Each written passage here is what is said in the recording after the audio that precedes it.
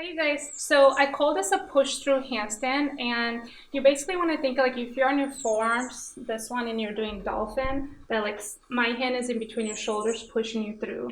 In gymnastics, when you're little, they literally put you in a handstand, took their foot, and push your shoulders through. Okay, so part of it is you have to see, do you have the shoulder opening and the shoulder strength to do it, and then you try to balance in a full line. Don't get frustrated. It's a huge pose, which is why you are getting it at the end of the course and not at the beginning, okay? So I'll show you one. So just think my foot is right here. I'm pushing through your shoulders. But to do that, remember you have to squeeze the butt and really engage everything to that midline. So watch one and then you'll try. So the distance, I can't really quite tell you the distance because it's gonna depend on how tight or open your shoulders are. I'm working with a small space, so I'm kicking up with the bend legs. Clean it up if you can. Now you're gonna extend and you're gonna put your heels on the wall and you're gonna look up at your heels. Now you're gonna push through the shoulders, so the shoulders are going the opposite way, and you know you did it because you end up on your tippy toes. So from the heels, I'm gonna push through the shoulders. My body will wanna go to the tippy toes. I'm gonna stay, I'm gonna lift the feet and look at them. Okay, so again, starting point, heels, squeeze everything. Push your shoulders the opposite way till your body goes to the tippy toes, and then lift. This is like, people get really frustrated with this one. They're like, I don't understand it, and bleh. Well, take a second. It's literally like my foot is in between your shoulder blades. I'm pushing my foot through. You go from heels to tippy toes, and then this is when you have to start to observe. Do you have the shoulder strength? Do you have the shoulder flexibility to maintain that position? And it may be that you don't not leave the wall today. You just go from heels to tippy toes, and that's still awesome. That's still a great thing. But this is like the ultimate gymnastics way to fix your handstand. Ready? Let's go. We're just doing 5 of them, so let's see how it goes. Go up. Don't judge how I'm going up. I'm in a small space. Place your heels on the wall. After the first one, you may see where you need to adjust your distance. Look up at your heels. Squeeze everything. Push your shoulders the opposite way till you go to the tippy toes. Stay or leave the wall. 5. Look at the toes the whole time. 4. Keep looking at the toes. 3. Good job. 2. Good job. And 1. Come on down. Nice.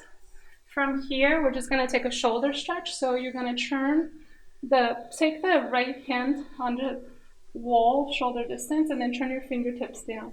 Now walk away from the wall, and that's all you're doing. 5, as you breathe, just start to dissect that pose, especially if you've never done it before. 4, it has a lot going on. 3, and ask yourself, the first thing you should ask yourself is, did I engage my whole body? 2, because if you disengage the lower half, the push through is not going to happen. And 1. Okay, so switch, left fingers down, turn away. 5. So if your answer is like, yes, I engaged everything, awesome. 4. Did you think about my foot on your shoulder blades pushing you the opposite way? 3. Were you okay with maybe not leaving the wall today? 2.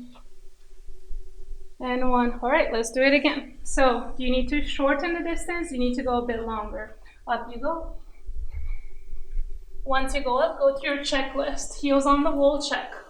Gaze at feet, toes together, no Charlie Chaplin, check.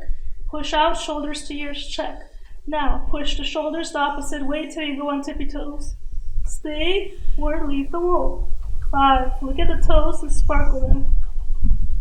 4, how cool is this? 3, this could be your Christmas card.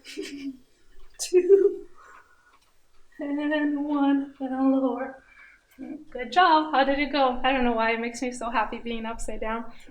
All right, so if you found this hard, you're just going to repeat it. Let's say we do 6 counts. When you get to 3, you'll switch. If you're okay with this, take both hands on the wall. And now you're going to actually bend your knees and move the butt towards the wall. 5, keep your chest lifted. So great shoulder opener for what you need.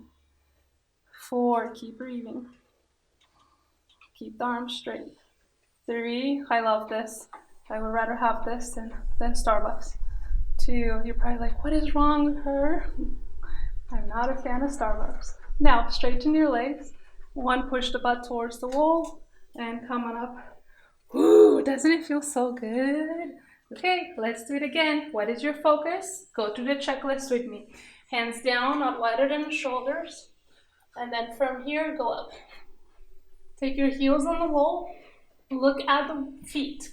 Toes together. Squeeze everything till shoulders cover ears. Okay? Push through the shoulders, so push shoulders the opposite way till you go to tippy toes. Stay or leave the wall. 5. Look at your toes. 4. Fingers active. 3. How's your breathing? 2. And 1. Come on down. Good job.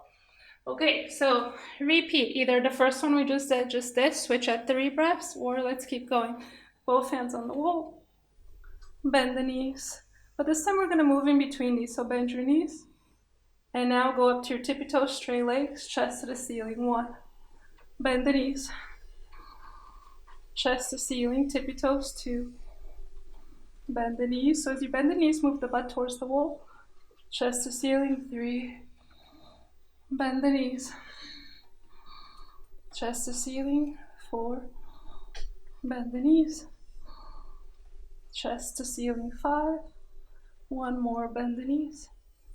And chest to ceiling. 6. Coming up. So I know we said that we're going to do 5 sets of these, but they're quite hard. So we're going to do 1 more and stop at 4. Of course, you can repeat this class as many times as you need to. So with awareness, let's go up 1 more time. Once you go up, go through your checklist. Extend the legs, toes together. Look at your feet. Squeeze your butt so you feel the lift. And then from there, push through the shoulders till you're on your tippy toes. Stay, or up you go. 5, holding. 4, breathing. 3, 2, and 1. Come on down. Okay, there's something that I want to cover really quick because students start to get confused and they at times continue looking at the feet. So look, I'm teaching you this because it's literally like the ultimate handstand. If you're able to go upside down and look at your feet, you can definitely do a handstand the regular way. The gaze, where should the gaze be? The answer is always in cat pose. Unless you're doing a specific drill and looking at your toes, the gaze is always in cat pose. So if you're able to master that, you guys, here's your regular handstand. It would be quite easy just to go up, looking in between my thumbs, squeezing the butt. I'm still on the heels, and there's still this transfer. I push up, and I go to the, as I leave the wall, you start to lift. So you don't quite go to the tippy toes. You push back a little, and then you go up. The gaze is at the thumbs, but if I can do gaze at thumbs here, is because I have mastered how to look here. Okay, so you release the gaze in between the hands, but what I want you to keep getting over and over, which is why I taught it to you, is looking at the feet. That's how we learned it in gymnastics. That's how I approach things from a gymnastics point of view.